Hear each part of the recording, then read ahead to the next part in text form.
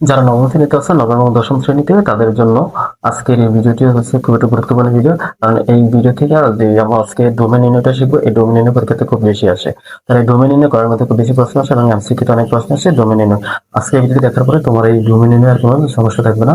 চ্যাটার্নিং ফাংশনের যত এটা আছে সেটা থেকে যত ডোমেনের ফাংশনকে তুমি অ্যাপ্লাই করতে পারবে। ডোমেনের ফাংশন নির্ণয় করার আমরা তিনটা টাইপের ডোমেন শিখবো। আপনাদের প্রথম আসবো type one. Type one okay. আর এবার আমরা টাইপ ওয়ান হচ্ছে জেনারেল একটা ফাংশন নেব, সেই ফাংশনের ডোমেন নির্ণয় করতে হবে। ধরো তোমাকে একটা ফাংশন দিয়ে দেবো, একটা ফাংশনে দিল, সেই ফাংশনটা দাও এক্স স্কয়ার প্লাস টু, এরকম একটা ফাংশন দিয়ে দিল। ফাংশনটা দিয়ে তুমি বলো কি তার ডোমেন নির্ণয় করো। ফাংশনটা যখন তুমি দেখাবো সেটা ডোমেন নির্ণয় করতে হলে প্রথমে যদি তুমি দেখো তোমার জেনারেল একটা ফাংশন দাও, তাহলে সেই ফাংশনের ডোমেন কিভাবে নির্ণয় করো। সেই ফাংশনের জেনারেল ফাংশন ডোমেন সবচেয়ে সহজ, সেটা হচ্ছে কি ফাংশনের ডোমেন হচ্ছে আসলে ডোমেন নিচে এমন একটা মান যেখানে মান হচ্ছে অবাস্তব এবং অঋণাত্মক মান যাতে না আসে। তো সেটা হচ্ছে আমরা একটা অসংজ্ঞায়িত একটা মান যদি না আসে, তাহলে এক্স এর মান আমি ফাংশন রয়েছে কি এক্স এর মান আমি এমন একটা মান বসাবো যাতে একটা মান আসে। কিন্তু এখানে এক্স এর যে কোনো মান আমি বসাই না কেন, বাস্তব সংখ্যা থেকে যে কোনো মান বসাই না কেন, সেখানে একটা বাস্তব মান আসবে, অবাস্তব কোনো মান আসবে না, অসংজ্ঞায়িত কোনো মান আসবে না। তাহলে এইখানে আমি তাহলে ডোমেন যদি এখানে আমাদের জেনারেল ফাংশন থাকে, সেই ফাংশনের ডোমেন নির্ণয় করা খুব সহজ।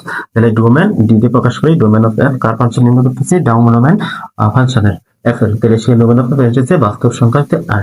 তাহলে এইটা ডোমেন হচ্ছে জেনারেল ফাংশনের ডোমেন হচ্ছে বাস্তব সংখ্যা। তার মানে বাস্তব সংখ্যাতে যে কোনো একটা মান তুমি বসাইতে পারো, সেই বসাইলে একটা আমাদের একটা মান আসবে, তাই সেটাই তো আমাদের ফাংশনের ডোমেন। এই গেল টাইপ ওয়ান। এবার আসো আমরা আসবো টাইপ টু। টাইপ টু তে আমরা একটা ফাংশন নেব ভগ্নাংশ আকারে। ধরো এখানে এক্স প্লাস টু আর এখানে দিলাম এক্স মাইনাস থ্রি। তাহলে এখানে উপরে তুমি যে কোনো মান দিতে পারো, আমরা এখানে একটা জাস্ট ধরে নিলাম একটা ভগ্নাংশ আকারে। তাহলে ভগ্নাংশ আকারে ফাংশন যদি দেওয়া থাকে, তোমার সেটা ডোমেন যদি নির্ণয় করতে হয়, তুমি সব নির্ণয় করতে দেখবা কি ফাংশনের নিচে যে কখনো শূন্য না আসে। কারণ শূন্য দিয়ে কোনো একটা সংখ্যার ভাগ করলে সেটা অনির্ণয় হয়ে যায়, সেখানে তুমি কোনো মান নির্ণয় করতে পারবে না। তাহলে যখন তুমি এটা নির্ণয় করতে পারবে না, তখন সেই ফাংশনটা কি, তাহলে আমার এখানে ডোমেন নির্ণয় করতে হলে আমার একটা সংজ্ঞায়িত মান লাগবে। সুতরাং এক্স মাইনাস যে থ্রিটা আছে সেইখানে ভগ্নাংশের নিচে, ভগ্নাংশে যদি তুমি ডোমেন বের করতে চাও, সেখানে নিচে তুমি কি আনতে পারবো না, শূন্য আনতে পারবো না। তাহলে অবশ্যই কি এটা শূন্য থেকে বড় হইতে হবে। তাহলে আমাদের এক্স মাইনাস থ্রি নিচে যে মানটা, সেটা কখনোই কি হতে পারবে না, শূন্য হতে পারবে না। তাহলে সুতরাং আমরা যদি বের করতে চাই এক মাইনাস থ্রি, ওই পাশে গেলে প্লাস থ্রি, তার মানে এক্স এর মানে এখানে তুমি থ্রি ছাড়া যে কোনো সংখ্যা বসাইতে পারবা। কি বসাইতে পারবা, ডোমেনের জন্য। তাহলে ডোমেন অফ তার ফাংশন, ডোমেন বের করতেছি ফাংশন এফ এর। তাহলে এখানে আমি বাস্তব সংখ্যার সকল মান লিখতে পারবো, কোন মানটা ছাড়া, এখানে যে এক্স এর মানটা আসছে সেটা ছাড়া। তো এটা বাস্তব সংখ্যা থেকে শুধু আমি থ্রি মানটা যদি বাদ দিয়ে দিই, তাহলে বাকি যেটা থাকবে সেটাই হচ্ছে আমাদের ডোমেন। তাহলে এইটাই হচ্ছে আমাদের এই ফাংশনের ডোমেন। তাহলে ভগ্নাংশের সাথে যত ফাংশন থাকবে, যে কোনো ফাংশনের ডোমেন তুমি এইভাবে নির্ণয় করতে পারবা। তাহলে এখান থেকে আমি নিচে যে মানটা আছে সেই মানটা তুমি কি ধরে নিবা, নট ইকুয়াল টু জিরো, মানে জিরো থেকে বড়। তুমি এটা এখানে গ্রেটার দেন জিরো ধরতে পারো, নট ইকুয়াল টু জিরো ধরলাম, মানে জিরোর মানটা না, মানে থ্রি। এখন জিরো বসানোর পরে কি আসছে, এক্স এর মান থ্রি, তার মানে এক্স এর এই জায়গায় আমি থ্রি বসাইতে পারবো না। কেন বসাইতে পারবো না, ধরো এক্স এর মধ্যে তুমি থ্রি বসাই দিই, তাহলে থ্রি মাইনাস থ্রি তাহলে কি হচ্ছে জিরো। তাহলে আমি বলছিলাম কি নিচে জিরো আসা যাবে না, আসলেই কি এটা অনির্ণ মান চলে আসবে। তাই এই ফাংশনটা ভগ্নাংশ আকারে যত ফাংশন তোমার সাথে দেওয়া থাকবে, সেখানে তুমি এটা ডোমেন হবে এরকম।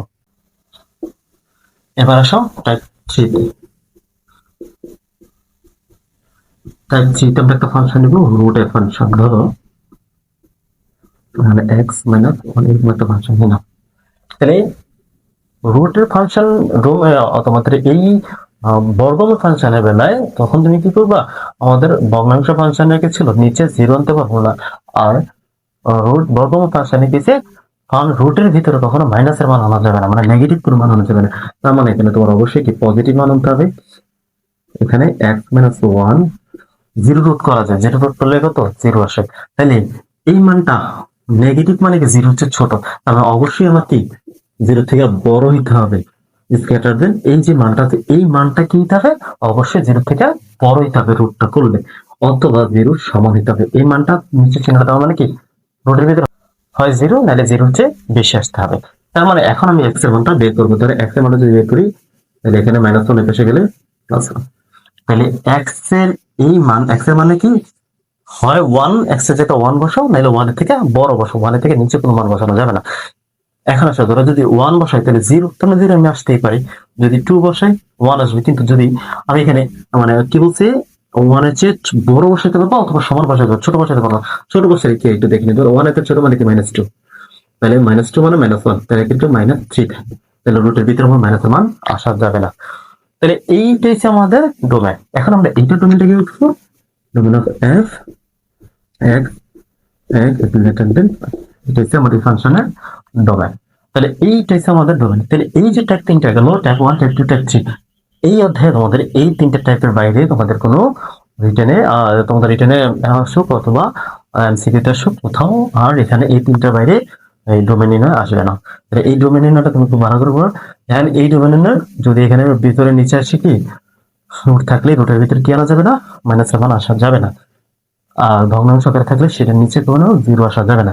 তাহলে এক হিসাবে যদি এরকম হয়ে যায়, তাহলে এখানে তুমি জাস্ট এখানে তিনটা টাইপ সুন্দর করে ফেলবা, যাতে তোমাদের এই এমসিকিউতে অথবা রিটেনে করার মধ্যে যত প্রশ্ন আসে তুমি সেখানে ডোমেনিয়ার না আটকাও।